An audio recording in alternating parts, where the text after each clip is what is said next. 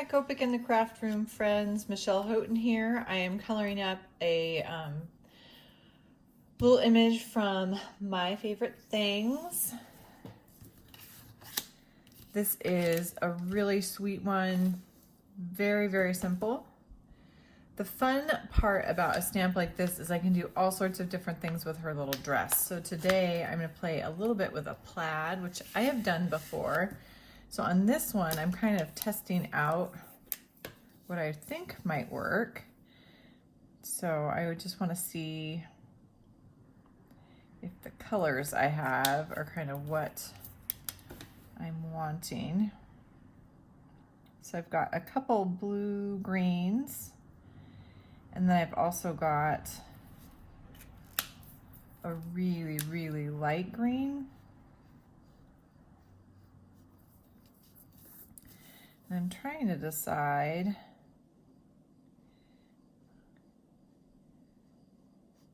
if this will do what I want it to. We'll see. Really subtle. I think it's gonna work though.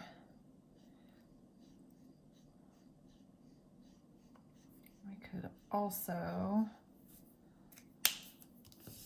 bring in, well, that might do what I want it to. Okay, so we have this little girl. I'm actually gonna do her dress first. Now, two ways to do this. I could do this plaid really big and then cut her dress out and put it on a second image. And honestly, for a lot of people, that's easier because then as I work towards those edges, I don't have to worry about hitting exactly on. The tendency is as you're working up to it, you stop and slow down, so you end up with a little bit wider stroke, or you don't quite make it to the line and then you have to correct. So it's a little bit of a challenge.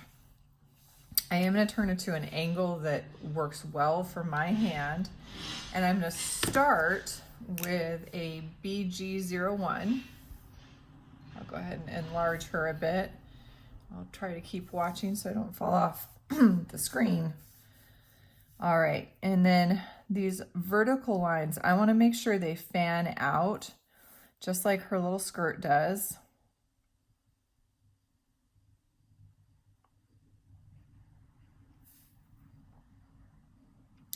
And I'm going to end up with 3 or 4 of them kind of following that same angle of her little dress. We've got one that's kind of half on, half off. And for me, kind of doing that 2-stroke helps keep those lines fairly smooth. Then we're gonna say this is a nice little dress that her mom picked up at a nice store. And so all of her little plaids match up. Now when they hit the top, kind of that placard of her little dress, it goes straight up because the fabric is cut so that it'll come kind of straight down and then flare out. But those little plaids match. And then on her little puff sleeves, we're going to have, I'm going to say those are part of the plaid as well. Now, to make this easier on yourself, you could say the puff sleeve was like a little under shirt or like a decorative piece to the dress, and those could be white. That would be a really easy way to kind of change that up a little bit. Now I'm going to use the tip of this BG18. I need to slide myself over a bit. Sorry about that, everybody. And now you could obviously do this with a multi-liner if you prefer. The advantage of not, you're going to see here in just a minute when I do kind of my next color. The other thing you can do is if you have a little bit of an issue with the pressure control, because I know using the tip of the brush is sometimes hard, is go ahead and open that broad nib and use the very corner of that little broad nib or chisel nib instead.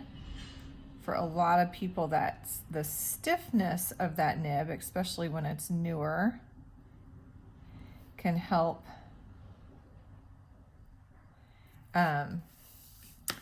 get a thinner line.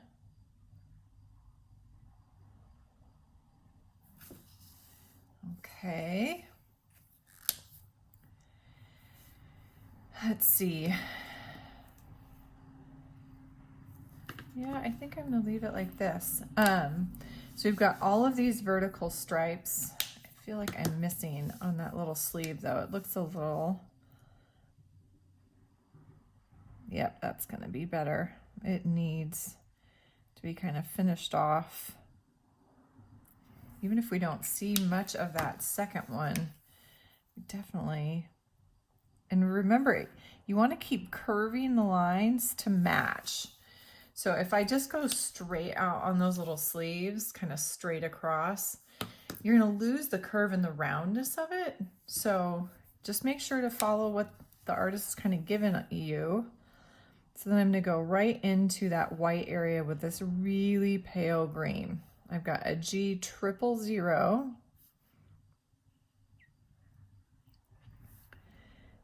So I'm going to come down each one of these stripes. Now I could leave it like this. I actually don't mind that at all. I think it's kind of a pretty pattern. But what I decided to do was create more of a plaid. And this is a really subtle plaid. So because this is a 000, it's going to have the same effect of going over this with a colorless blender. So I'm going to come from one side and I'm going to go all the way across, and notice I've got that curve going, and you'll see it here a little bit more in a second. And if I need to reinforce this, I can actually use a colorless blender.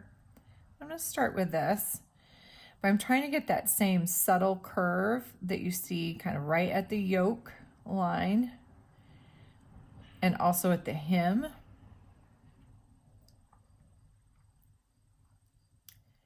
I think I'll have two stripes coming across. So it's going to do a couple things. It's going to add that color, so it'll darken the area, the vertical places where that light green is, but it's also going to lighten and push at the two blue greens. Oh, I like that a lot. Okay, yay. It's always nice when it works the way in your head that you think it's gonna work, and really subtle, but I think it's kind of sweet. Let's see. Trying to make sure I don't, let me bring my, I'm not sure if I want those on the sleeves or not.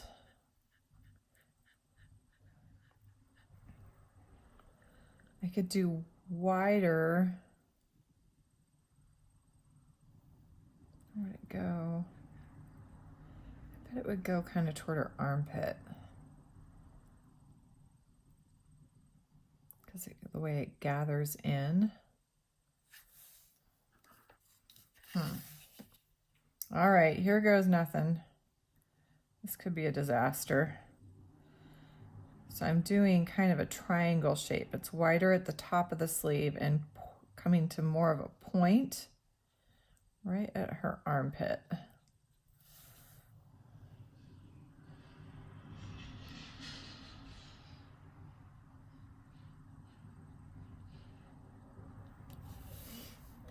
Now, if you feel like it's too subtle, no, I think you watched. I went over several times with that, but if you feel like it's too subtle, you could go back and do it again. This is just right to me. Like, I really like the look of that. The other thing I'm going to do is I am going to use, yeah, I think I am going to use this. So I'm going to use this to color in her little socks. Because I always think little kids in particular, it's fun to color matchy. All right, and then let's see, a G00. See if that's enough. Looks like it will be. Get that shape of her legs, and just a little.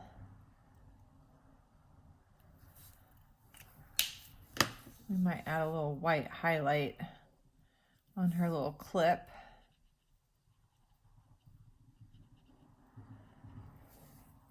I'm gonna let that dry and hit that with that darker color one more time. So set those to the side. So I kind of worked in reverse. I'm working on her clothes first today, just because the plan was to do something fun with her clothes. You could absolutely start with her skin and hair, which is kind of our traditional, that's what we do. I'm gonna give her a little Mary Jane. So I'm gonna use a C9.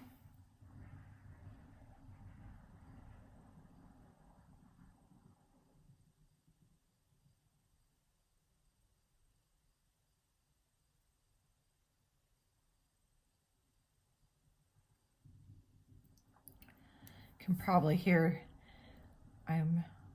where I'm recording these days in my little apartment is we're right up against a fairly busy road.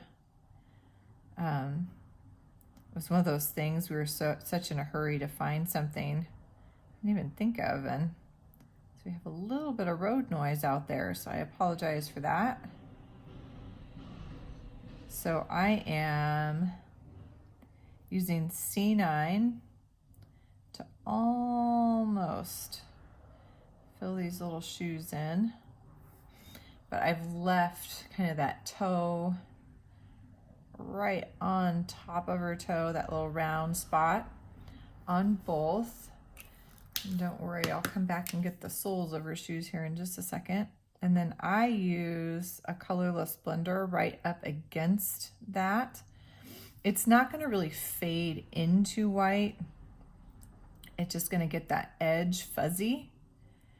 And for me, I feel like, I know you'd want kind of a crisp highlight, but at the same time, I feel like this eases that up just enough, especially on a tiny image like this, to feel better or look better, at least visually to me.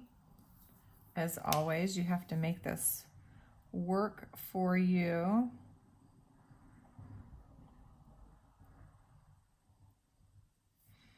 I'm going to come along the bottom edge with the C9. And then I am going to use, I think, a C5. And let's see if we can kind of hold on to, yeah, just barely.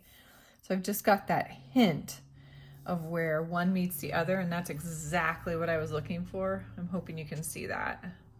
It's perfect. Especially with tiny shoes like that. We're not going to get a ton, but just enough. I'm going to use a really, let's see, no. I'm going to use my BB20, turn those little cuffs and that little collar into white. And I'm going to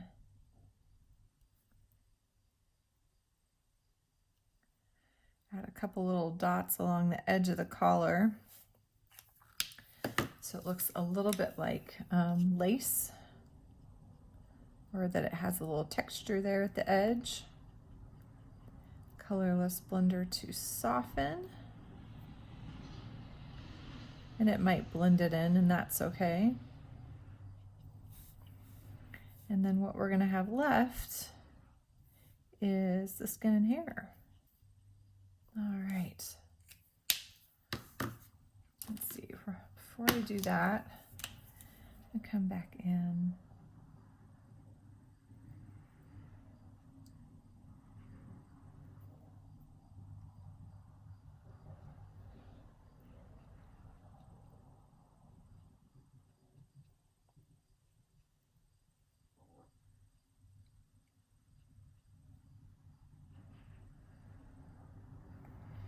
We'll see if that, I don't know that I'm gonna blend that though. I feel like I'm losing it. These two are so close together. So let's see how that sits. You can always come back and blend later. That was that G00. All right, skin tones. We could do a darker today.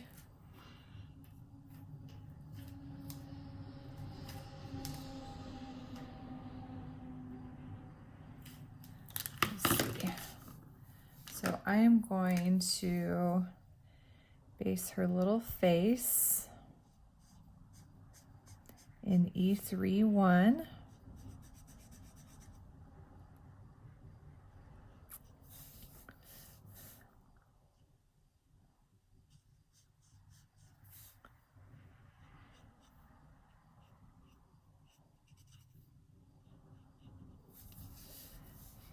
And you have to decide, are her little legs bare or do they have tights on?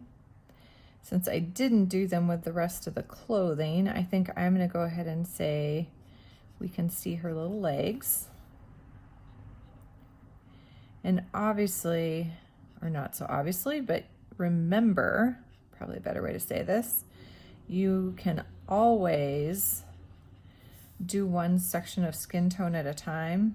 Just because I'm working my way down and doing all of the skin at once absolutely does not mean you need to do that. You can start and just do the face and then come down and do the arms and legs, or you can do the face and then the arms and then the legs. So kind of pick your poison. The advantage of doing them separately is your ink stays wet. Let's see, I'm going to go ahead and color the ears. I just don't know if you're going to see them by the time I finish the hair. So we'll do that, but they may disappear. Then I'm going to come back with E3-3.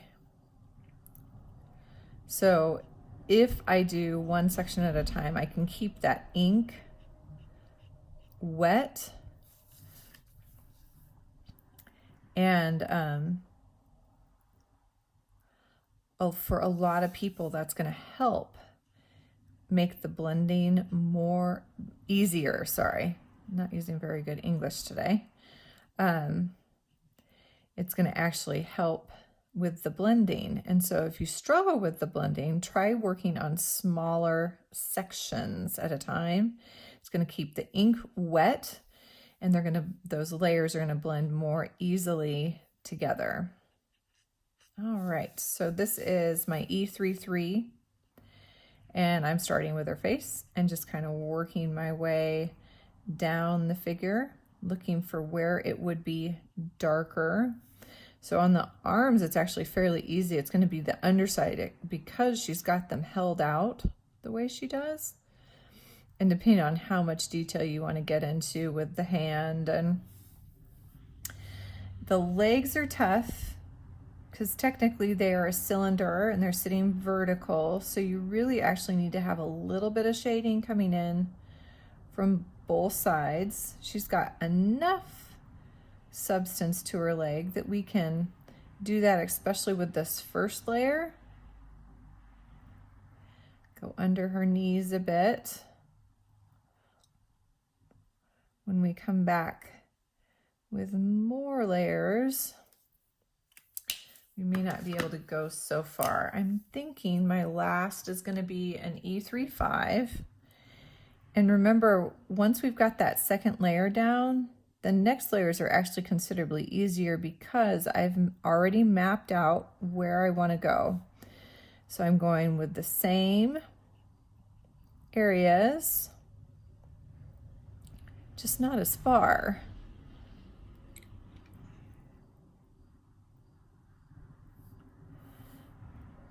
So again, right along the bottom edge of the arm, comes in a little further at the wrist.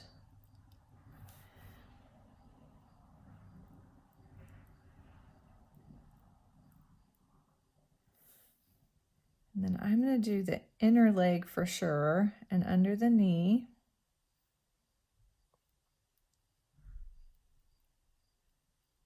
that hint of that little dimple in. And then I'm going to have a little bit at the lower portion of the leg with this darker color, but it may not come all the way up.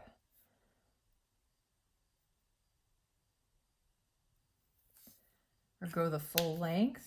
All right. Yeah, I don't think I'm going to go any darker. So I'm going to hit reverse, step back to my mid-tone, my E33, and I'm going to work right along the edge of that E35 and pull that in a little further. Now, each time I add a layer of ink, I am getting darker, and especially with this layer, I'm going to want to go all the way back into that darker color so that I don't end up with a watermark or kind of a ring where the dry hits the wet. And that, again, is that advantage of doing smaller portions at a time. Things blend together more easily. You're much less likely to fight those little wet, like kind of watermarks.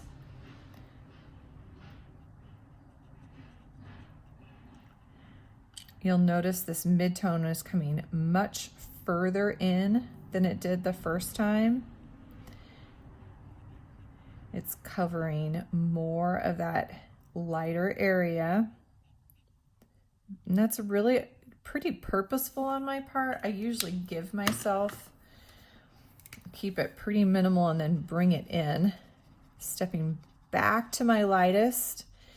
And this is that a little bit bigger jump, so I'm gonna have to work that edge pretty good. And then I go all the way across the highlight area. I can reinforce that nose here in just a minute if I need to.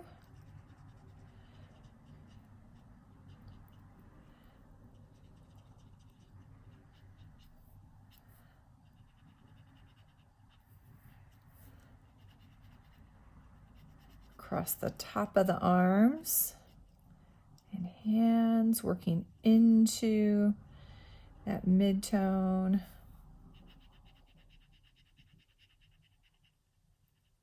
I've got enough ink sitting there at this point that it's staying wet as I work my way down. So I don't necessarily have to work all the way back to the line. That is really going to depend on how quickly you're working. If you're not working quite as fast, which is absolutely fine, you may have to work all the way back, do a really light wash all the way back to the edge of your image. Okay, that actually looks pretty darn cute. So, two more things I think I want to do.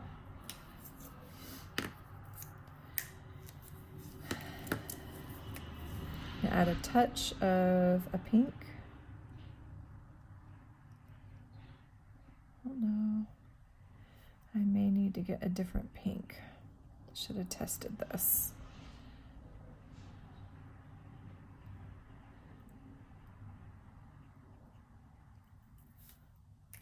Actually, that works.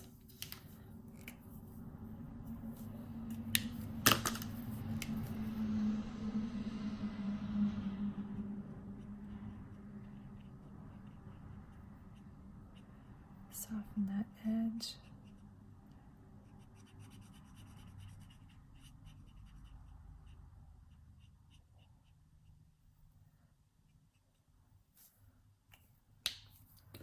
And then I am going to use a BB23. I'm going to come in and create a cast shadow kind of under her chin and under her little skirt.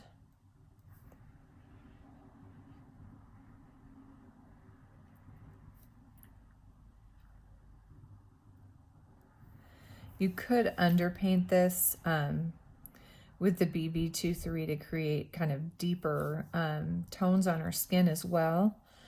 That's kind of up to you. I'm going to give her a little bit more depth in a couple spots right at her wrist.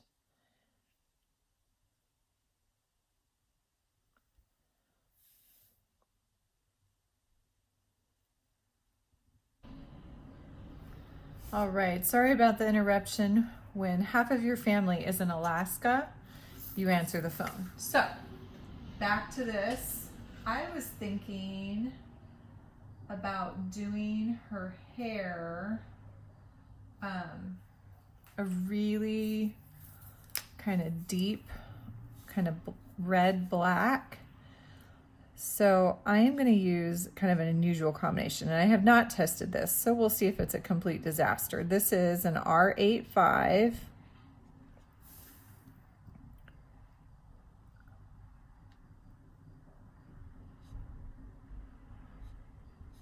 And that's going to show just a touch in those highlight areas. So I want to make sure to hit kind of that crown of her head. And then I'm going to use an R59.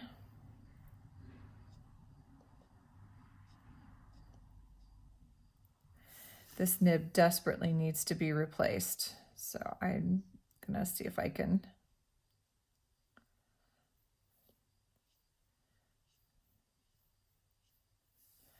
fudge with that.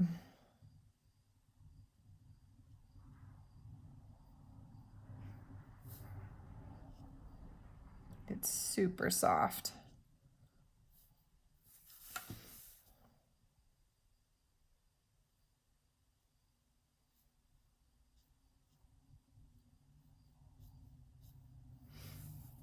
And then I am going to use, I'm thinking, can you tell? I'm like thinking as I do this. I'm going to use an E47.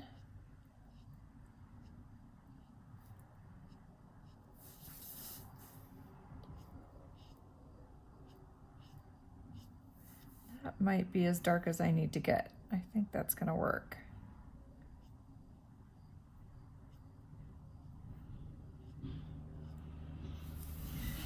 The trick is the clip, is working around that little clip.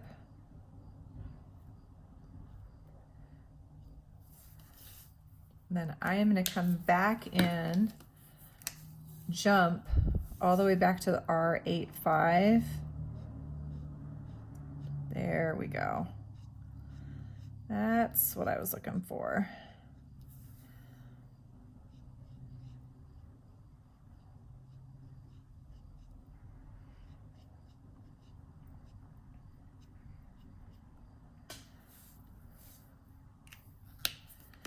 And I don't know, this is going to be pretty subtle, like at your end on the video. It's actually a really kind of pretty hair color. All right, so I am going to give her a little bit of a background. I think I'll speed it up for that. Yeah, I think that's what I'm gonna do. All right, everybody, hold on to your hats and we'll get a little background. Actually, you know what? This is what I'm gonna do. I am going to create a background and put her on a card, and then that will show at the end, but I'm not necessarily gonna go through the background today. I've been doing that a lot lately, the backgrounds, so I'm gonna skip that today. I'll show you what it ends up looking like. That even appeals more to me today. This video I can leave in real time and have a good length, and you guys get lots of good information. All right, there you go. A little plaid dress on a cute little sweet girl. Thanks for joining me, everybody. If you have questions about kind of what I'm doing with Copic College, please tune in to my blog at scrapweaver.com.